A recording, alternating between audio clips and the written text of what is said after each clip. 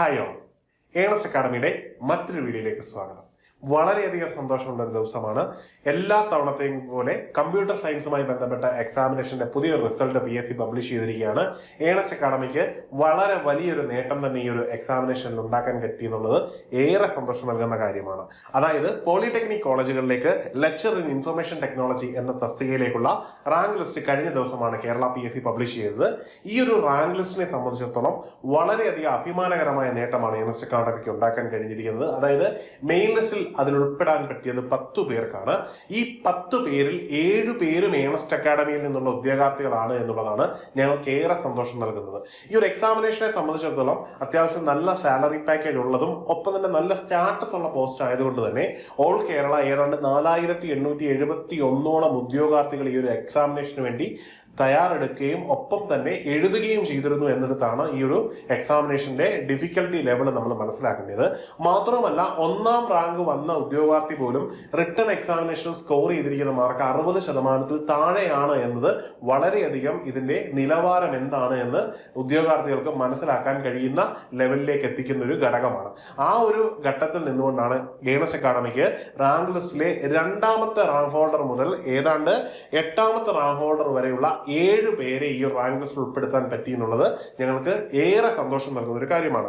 അതിൽ റാങ്ക് ലിസ്റ്റിലേക്ക് പോകുമ്പോൾ ഏണസ്റ്റ് അക്കാഡമിക്ക് കരസ്ഥമാക്കാൻ പറ്റിയ ടോപ്പ് റാങ്ക് എന്ന് പറയുന്നത് 2nd റാങ്ക് ആണ്. ഈ 2ാം റാങ്ക് നേടിയത് സംഗീത A, 3ാം റാങ്ക് നേടിയത് അനുഷ CR, 4ാം റാങ്ക് നേടിയത് ജസീറ KV, 5ാം റാങ്ക് നേടിയത് സിന്ധു UP, 6ാം റാങ്ക് നേടിയത് ഹരിയം, 7ാം റാങ്ക് നേടിയത് അഞ്ജു കുര്യൻ A, 8ാം റാങ്ക് നേടിയത് റിനി വിജയ് എന്നിവരാണ് ഏണസ്റ്റ് അക്കാഡമിയിൽ നിന്ന് വിജയിച്ചിരിക്കുന്ന ഉദ്യോഗാർത്ഥികൾ. അതുപോലെ തന്നെ റാങ്ക് ലിസ്റ്റിൽ ഇടം നേടാൻ കഴിഞ്ഞ എല്ലാ ഉദ്യോഗാർത്ഥികളെയും ഞങ്ങൾ അഭിനന്ദിക്കുന്നു. നിങ്ങളെ സംബന്ധിച്ചിടത്തോളം നിങ്ങൾ നേടിയിരിക്കുന്ന ഒരു ചെറിയ നേട്ടമല്ല. ഈ ഒരു എക്സാമിനേഷൻ നല്ല നിലവാരമുള്ളതായതുകൊണ്ട് തന്നെ നിങ്ങൾ റാങ്ക് ലിസ്റ്റിൽ ഉൾപ്പെട്ടിട്ടുണ്ട് എങ്കിൽ അത് വളരെ വലിയൊരു നേട്ടമാണ്. നിങ്ങളുടെ കരിയറിലെ ഏറ്റവും വലിയൊരു മൈൽ സ്റ്റോൺ ആയിട്ട് ഈ ഒരു നേട്ടം മാറട്ടെ എന്ന് ഞങ്ങൾ ആശംസിക്കുന്നു. ഇനിയും ഈ റാങ്ക് ലിസ്റ്റിനെ സംബന്ധിച്ചിടത്തോളം, ഈ മെയിൻ ലിസ്റ്റിലെ ഉദ്യോഗാർത്ഥികളെ സംബന്ധിച്ചിടത്തോളം, പ്രത്യേകിച്ചും ഞങ്ങളുടെ ഉദ്യോഗാർത്ഥികളെ സംബന്ധിച്ചിടത്തോളം ഞങ്ങൾക്ക് അറിയാവുന്ന, പേഴ്സണലി അറിയാവുന്ന കാര്യമുണ്ട്. ഇതിലെ പല ഉദ്യോഗാർത്ഥികളും നിലവിൽ ഗവൺമെന്റ് സർവീസിൽ വർക്ക് ചെയ്യുന്നവരാണ്. മാത്രവുമല്ല, ചില ഉദ്യോഗാർത്ഥികൾ ഗവൺമെന്റ് ജോലിക്കായിട്ട് നിലവിലുണ്ടായിരുന്ന അവരുടെ പ്രൈവറ്റ് ജോലി കളഞ്ഞ ശേഷം, അതായത് ഡ്രോപ്പ് ഔട്ട് ആയ ശേഷം ഈ ഒരു സർക്കാർ ജോലിക്ക് വേണ്ടി ഡെഡിക്കേറ്റഡ് ആയിട്ട് വർക്ക് ചെയ്തവരുണ്ട്. ഇനി ഇത് കൂടാതെ ആദ്യമായിട്ട് ഈ ഒരു എക്സാമിനേഷന് വേണ്ടി തയ്യാറെടുക്കുന്ന ഉദ്യോഗാർത്ഥികളുമുണ്ട്. ഇവർക്കെല്ലാം ഈ ഒരു റാങ്ക് ലിസ്റ്റിൽ ഇടം നേടാൻ പറ്റി എന്നുള്ളത് ഏറ്റവും പ്രധാനപ്പെട്ട കാര്യമാണ്. അതായത് ഒരു ഗവൺമെന്റ് ജോലിക്കായിട്ട്, പ്രത്യേകിച്ചും ഒരു ടെക്നിക്കൽ ജോലിക്കായി തയ്യാറെടുക്കുന്ന ഒരു ഉദ്യോഗാർത്ഥിയെ സംബന്ധിച്ചിടത്തോളം കൃത്യമായിട്ട് പഠിക്കുവാനുള്ള മനസ്സുണ്ടെങ്കിൽ ഏതൊരാൾക്കും റാങ്ക് ലിസ്റ്റിൽ ഇടം നേടാൻ പറ്റും എന്നതിന് തെളിവായിട്ട് നമുക്ക് ഈ ഒരു റാങ്ക് ലിസ്റ്റിനെ ചൂണ്ടിക്കാണിക്കാം.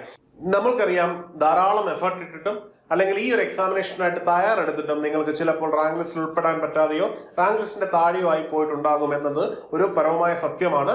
നിർഭാഗ്യം കൊണ്ടോ ഒരുപക്ഷെ നമ്മുടെ പഠനത്തിലെ എന്തെങ്കിലും ചെറിയ വൈകല്യം കൊണ്ടോ ആവാം ഈ ഒരു അവസ്ഥയിലേക്ക് നമ്മൾ എത്തിയത്. അതിന്റെ പേരിൽ നമ്മൾ ദുഃഖിച്ചിരിക്കുകയല്ല വേണ്ടത്. നമുക്ക് എന്ത് ചെയ്യാം? നമുക്ക് ഉണർന്ന് അടുത്ത പരീക്ഷകൾക്കായിട്ട് തയ്യാറെടുക്കാം.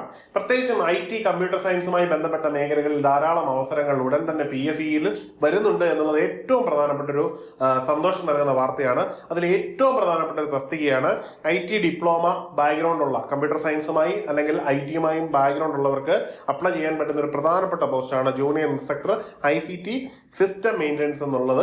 അത് പഠനവുമായി തന്നെ ബന്ധപ്പെട്ട ഒരു മേഖലയാണ്. അധ്യാപനം തന്നെയാണ് നിങ്ങൾ നടത്തുന്നത്. അതായത് ഗവൺമെന്റ് ITA-കളിൽ അധ്യാപകനാകുവാനുള്ള ഒരു സുവർണ അവസരമാണ് നിങ്ങൾക്ക് ലഭിക്കുന്നത്. പിന്നെ നമ്മൾ മനസ്സിലാക്കേണ്ട ഏറ്റവും പ്രധാനപ്പെട്ട ഒരു കാര്യം എന്ന് പറഞ്ഞാൽ, നമുക്കൊരു ജോലിയാണ് വേണ്ടത്. ആ ജോലിക്ക് ഒരു തസ്തികയുള്ളെങ്കിൽ ആ തസ്തിക എനിക്കുള്ളതാണ് എന്നൊരു ധാരണയിൽ വേണം നമ്മൾ ഏതൊരു പരീക്ഷയും സമീപിക്കുവാൻ. അതിനായിട്ടുള്ള ഒരു ഡെഡിക്കേഷനും മൈൻഡ് സെറ്റും നമുക്കുണ്ടെങ്കിൽ കൃത്യമായിട്ട് നമുക്ക് ഈ ഒരു എക്സാമിനേഷൻ ക്രാക്ക് ചെയ്യാൻ പറ്റും. വേക്കൻസികളുടെ എണ്ണം നോക്കി ആവരുത് നമ്മുടെ പഠനം. നമ്മുടെ പഠനം എപ്പോഴും നമുക്ക് ലഭിക്കാനുള്ള ഒരു ജോലി എന്ന ലക്ഷ്യമായിരിക്കണം. ആ ഒരു സ്വപ്നം നമ്മുടെ മനസ്സിനെ നയിക്കാൻ തുടങ്ങുന്ന സമയം മുതൽ വിജയം എന്ന ലക്ഷ്യം നമ്മളെ തേടി എത്തും എന്നുള്ളത് ഒരു ശാശ്വതമായ സത്യമാണ്. അപ്പോൾ നമുക്കത് വളരെ അനായാസം കരസ്ഥമാക്കാൻ പറ്റും.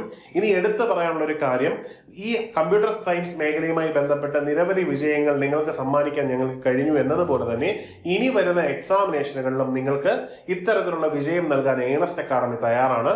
നിങ്ങൾക്ക് വേണ്ടത് പഠിക്കുവാനുള്ള ഒരു മനസ്സും സമയവും മാത്രമാണ്. ഇതിനായിട്ട് നിങ്ങൾ കൃത്യമായിട്ട് ഒരു ഡെഡിക്കേഷൻ നൽകുകയാണെങ്കിൽ ഏണസ്റ്റ് അക്കാഡമി നിങ്ങളെ കൈപിടിച്ച് ഒരു സർക്കാർ ജോലി എന്ന ലക്ഷ്യത്തിലേക്ക് നയിക്കുന്നതാണ്. എല്ലാവർക്കും വിജയാശംസകൾ. ഇനിയും നമുക്ക് ഇത്തരത്തിലുള്ള വിജയങ്ങൾ ആവർത്തിച്ച് മുമ്പോട്ട് പോകാം. മറ്റൊരു വീഡിയോയുമായി കാണാം. Good bye.